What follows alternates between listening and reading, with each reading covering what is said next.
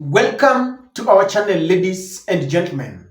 William Samoei Ruto is running against time ahead of 2027 because the opposition is also gathering against him.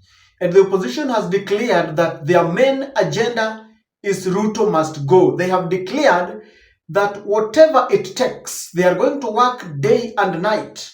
They are going to burn the midnight oil to ensure that come 2027, Ruto is going to be defeated.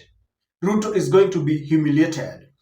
But Ruto, on his part, is exuding confidence and is saying that he's very certain that he has met the contract that he signed with the Kenyans, that whatever he promised Kenyans during the campaigns have come to pass.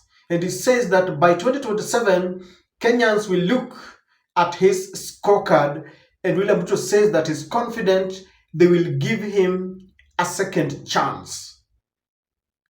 2027 mambo ni mbaya. 2027 agenda ni moja. Ruto must go. Ruto must go. Hata kama mtu mwingine yeyote hataenda, lakini Ruto must go. That is our agenda.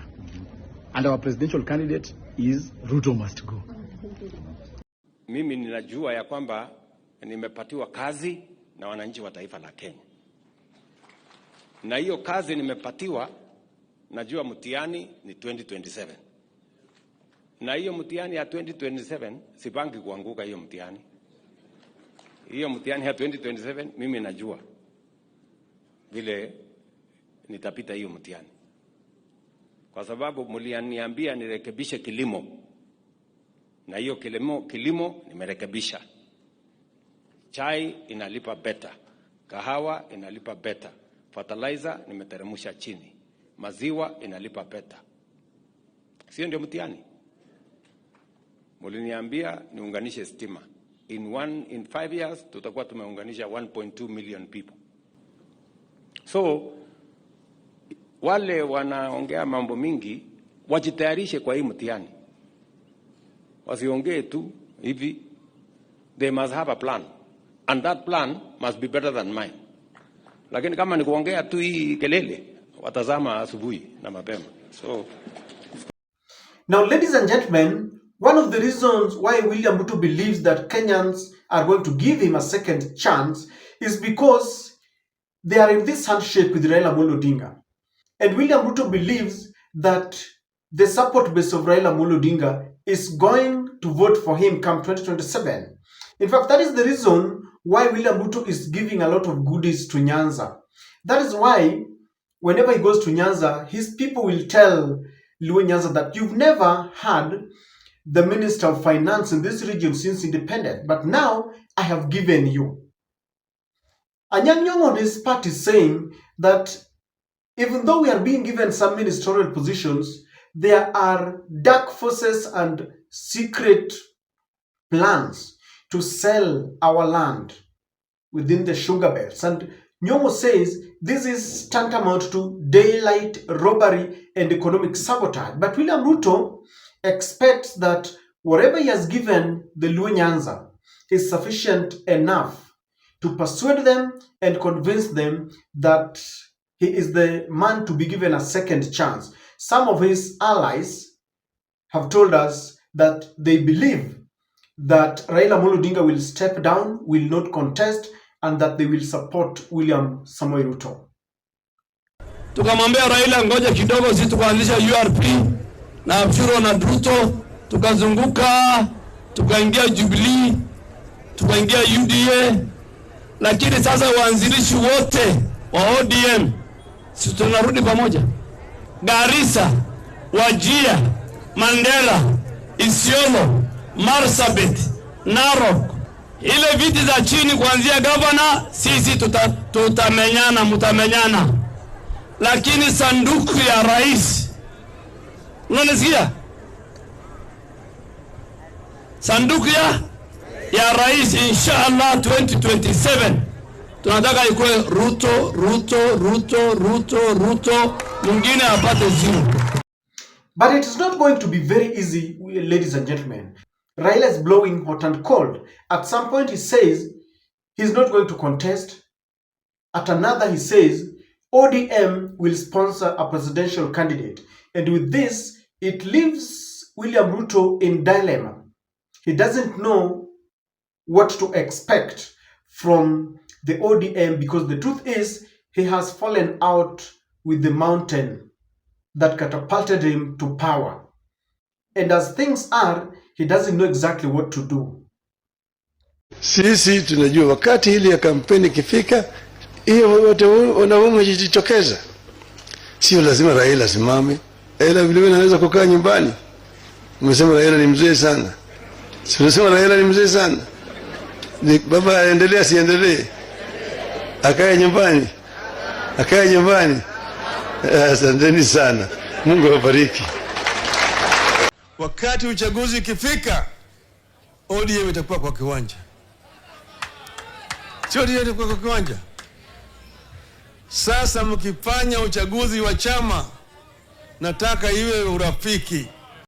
If you have studied the politics of Nyanza and politics of ODM, there are things Raila cannot say directly, and he will be sending his allies.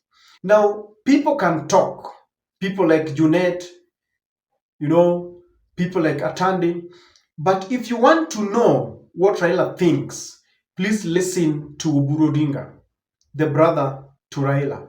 When they wanted to get to the handshake, the broad-based government, Oburu asked one question. You want Ruto to go where?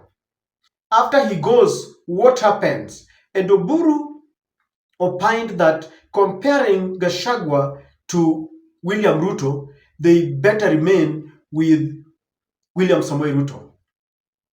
And we knew that there were plans to get into the government. Now, ladies and gentlemen, a few days ago, when William Ruto visited Nyanza, Oburu Dinga had to fly from Nairobi to go and assure Ruto that they're in this government to stay. And he bashed Orengo, telling Orengo that if you are tired of being in this ODM because we have signed a deal to be in this government, then you can walk out. But yesterday, he shocked many when he was invited to the Luo Vernacular, channel, TV channel. And Oburu said that they are not going to support William Ruto come 2027. I want us to look at this and draw a conclusion because something is cooking. Because you've seen the way Orengo is talking. Nyong wrote a very strong letter attacking William Samoei Ruto of economic sabotage. We've seen Edwin Sifuna and now Oburu Dinga. Ladies and gentlemen, I want us to listen to Oburu Dinga. And I will tell you that the center cannot hold. Allow me to present to you Francis, the JKUAT University student who is stranded at home when people are doing exams. He deferred his studies last year because of financial constraints. He's been trying to make ends meet, trying to look for some money. But the way things are, he's staring at a possibility of deferring his studies again. He's an electrical engineer student and he's been pleading with us to do some collections, and we're in the process of doing that collection. We only have 2 days. We have Friday and Saturday. I'm handing over the money on Sunday. I'll be giving you the exact figures tomorrow. Please continue giving us whatever you have because he's resuming on Monday to do the ongoing test exams, and he will apply later for special papers because he missed out when they started. He was blocked from taking exams because he has not paid school fees. Kindly help Francis. Let us help him not to defer again. It's very painful. Ladies and gentlemen, continue giving whatever you have. Those who have given, thank you very much. I know it is a sacrifice. If you want to pay directly to the bank, please call me so that we can arrange. You can do that directly to the bank. If you can use the MPESA there, FREDRICK OOKO is my name. Now, ladies and gentlemen, Oburu Dinga said 3 things that I want you to look at because he spoke in the vernacular. I want to tell you what he spoke about so that even as you listen. Oburu said that before they got to the government, they had consultations with the party organs and they approved it. Of course, they cannot defy Raila. And he was asked that people are afraid that the party can be swallowed and they can get into UDA and get lost. But Oburu said they have learned after joining KANU, because they're saying they were trying to put structures in KANU, and the next moment they saw the late President Moi proposing Uhuru Kenyatta to be the next KANU candidate. And he said they have learned and they cannot allow such a thing to happen to them. Then Oburu Dinga also spoke ill of Orengo. He was actually very mad that Orengo is mad, and Orengo is saying that he is worshipping William Ruto. And he said this is an insult, that he cannot worship any human being. He was saying that that is very bad. You cannot, try to insinuate that they are worshipping someone. He didn't like the way Orengo has been saying that they are the praise and worship team. But it is the truth. What is the meaning of praise and worship? They don't question. They support everything. They even supported Adani. So that is what people say, praising and worshiping. Orengo has been saying that you should not be taking this development to be a matter of favor. We pay taxes and you have a right to do so. Now, the other thing that he said is that they have not signed any contract concerning 2027. And they're saying that they only signed a contract to stabilize the government because, according to them, they were deeply convinced that someone wanted to rock this government from within, and they feared that the country would go the Somali way, it would go the military way, and they didn't like that. So Oburu said that, and I want us to look at this. Ladies and gentlemen, kindly subscribe to our channel, click the notification bell, please like and share videos. This is Oburu Odinga. Sani kaka en ni onge winjruok mar higa mar 2027 mano pok wachope. Mano onge winjruok mar higa 2027. En mana winjruok mar sani mondo piny mondo ochung' kadhi mbele. Kendo pod wadhi nyime gi demokrasi marwa ma wan go sani. Iwacho maber ni ok ber ka jotelo chalo ka gima siayo lweny manyalo ketho piny. This so praise and worship. Gine chorus ma awinjo kane ok adwar mondo otimre. Koro en nodhaw kodwa moluongwa ni praise and worship. Praise and worship ne watimo kanye. An gima na worship ng'ato. An dhano wadwa ok anyal lamo.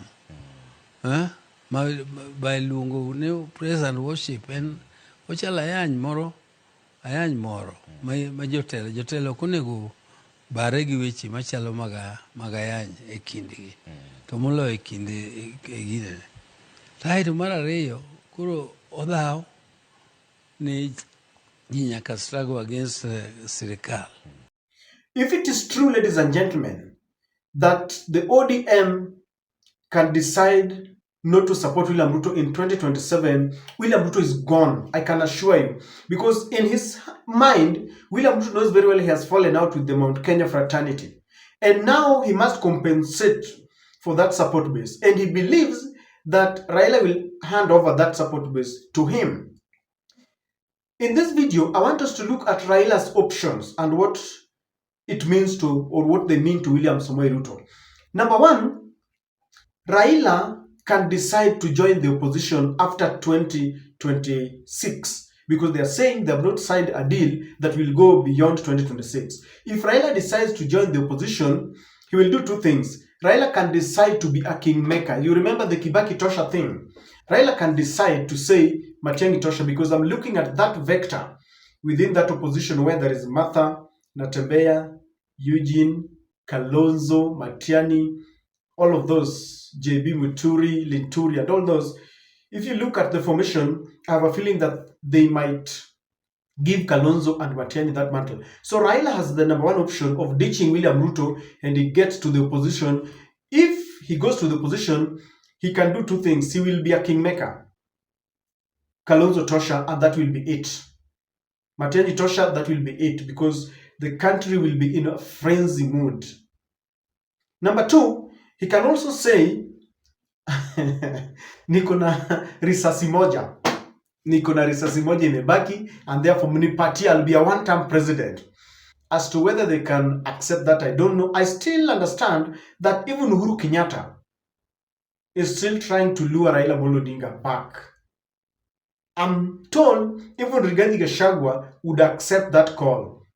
The only problem is if Raila goes to that side and decides, if he ditches Ruto and he decides to contest, if for example they allow him, somebody like Kalonzo Matiang'i can decide to go back to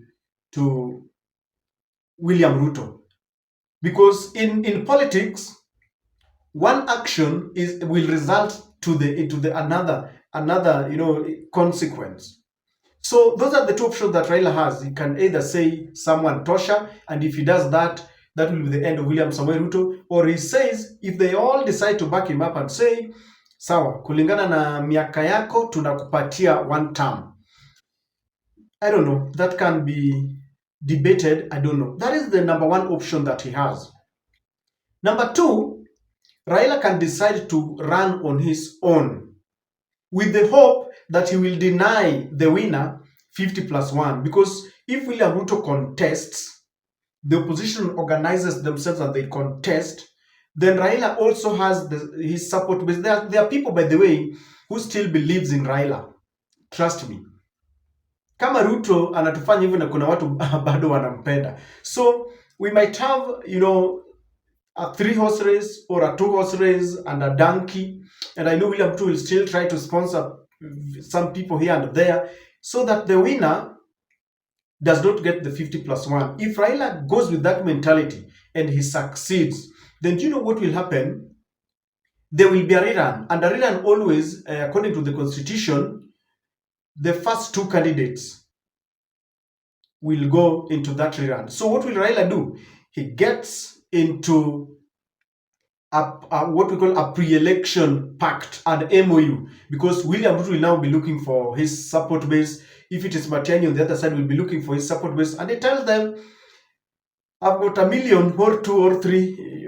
So if I have to back you up, then you have to tell me, what do I get out of this? If it is monetary, if it is about his people getting shares, because it is now very clear that Gachagua was right. Everyone is looking for his own shares and the shares of his community. That is what Oburu said. Oburu said, we don't want anybody's share, we want our share. With that, as always, Raila gets into the government with these people. If he does not do that, then he waits for the person who gets into the government. If that does not happen, he waits for the winner and he decides to go to the street. You know what can happen is very simple. Let's say Matiang'i wins. Then the opposition, Raila and Ruto, are now outside. Then they start the road protest again. Let me tell you, it will be very difficult for the person at the helm. Wanaanza tu maandamano, Matiang'i must go as early as 2027, 2028, and that will be very difficult. Na lazima mtafute nusu mkate kama kawaida. So there are those options of now denying the winner 50+1, either to negotiate ama amsumbwe. The third one, Raila can wait for this. They say they have an MOU up to 2026. He can wait for it and say, now tumemalizana na mambo ya MOU, let us sit down and see what to do. What are you giving us ahead of 2027? They can even say, okay, if you want us, give us a running mate, give us a deputy president. Because the truth is, Kithure Kindiki does not help William Ruto. Gachagua amemfukuza Mount Kenya, including Mount Kenya East. You saw coordinators, the EBU coordinators, calling a press conference and saying that they don't want anything to do with UDA. And you know, that is just the beginning. They have set the pace. Many are coming, many more people. Because Rigathi Gachagua is about to launch his party. That is the only thing they are waiting for. The moment that happens, pop, everyone in Mount Kenya will be getting into the Wamunyoro party.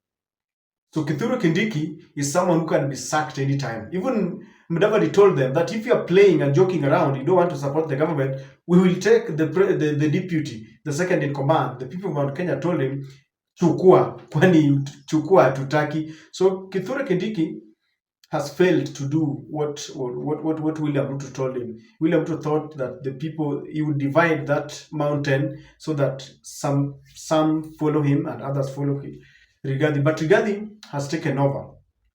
So they can sit down with Ruto and he tells Ruto, mimi nataka hii before I give you another support. But something tells me that William Ruto's goose is cooked. It's too little, too late for him. Wakenya ndio wako na kura, and there's a possibility that Kenyans might not listen to their assumed de facto leaders. They might just decide that Ruto must go. We don't care. But that can only happen if we continue registering as voters and we defy the voices of confusion and division, and we decide that we are not going to take bribes, and we say that forever as we approach this election, no one will tell us that wewe ni kabila fulani ama wewe ni wachama fulani, and we are going to look at individual leaders depending on their policies. So ladies and gentlemen, Oburu Odinga said it clear, they have not signed a deal that goes beyond 2026, and this is going to be a setback to William Samoei Ruto, because as you saw, Duale there is saying they are hopeful that Raila is going to support them. What do you think? Kindly drop your opinion on the comment section.